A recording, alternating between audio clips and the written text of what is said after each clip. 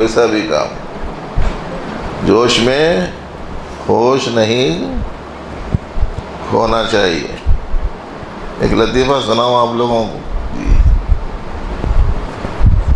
اس لیے کہ خشک باتیں بہت سن رہے شاید تم لوگ. پہلے زمانے میں وہ بچی دینے کے واسطے وہ کسی خاندان میں لکڑیاں پھوڑنے کا نظام رہتا تھا کہ بنڈی پر لکڑیاں پورا تو دیتے نہیں تو نہیں.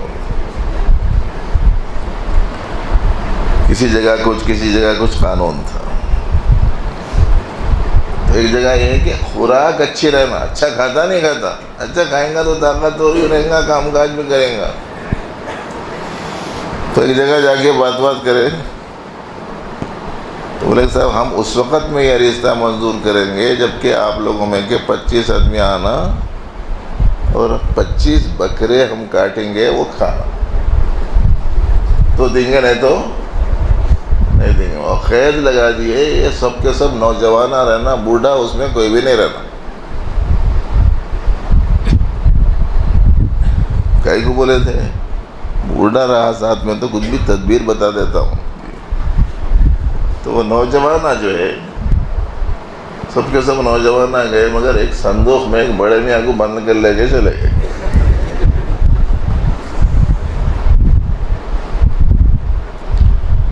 اب وہ جانے کے بعد میں یہ بولے کہ ایسا مسئلہ ہے تو اس کو جا کے پوچھے کیا بول رہے ہیں، کیا جواب دینا ہے لوگوں کو. تو وہ صاحب اندر سے بولے کرتے کہ یہ بولو جیسے تم قید لگا رہے ہیں اتنے بکرے کھانا بول کے، ہماری بھی ایک قید ہے، ایک کاٹنا پکانا ہمارے کو دینا، اس کے بعد میں دوسرا کاٹنا.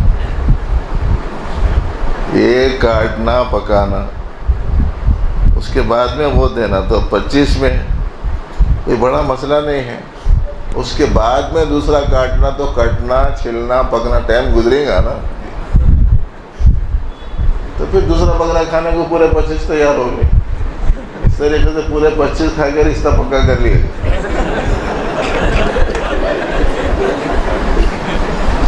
کہے کے واسطے بولے تو وہ 25 باجوش تھے، ایک اس میں باہوش تھا.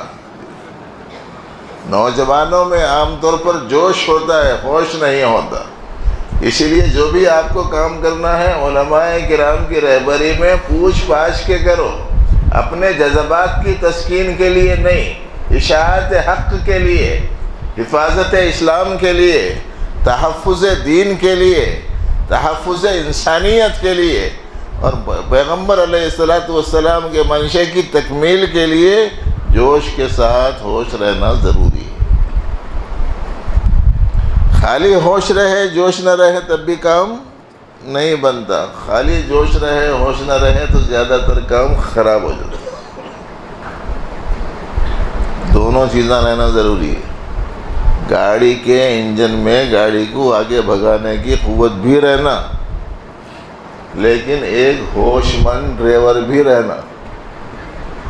ورنہ خالی آگے گاڑی بھاگ رہی ہے اور ڈرائیور ہوش مند نہیں ہے تو نتیجے میں جگہ جگہ ایکسیڈنٹ ہو کے فائدے کے بجائے نقصان ہو جاتا. اس واسطے جوش بھی چاہیے، ہوش بھی چاہیے.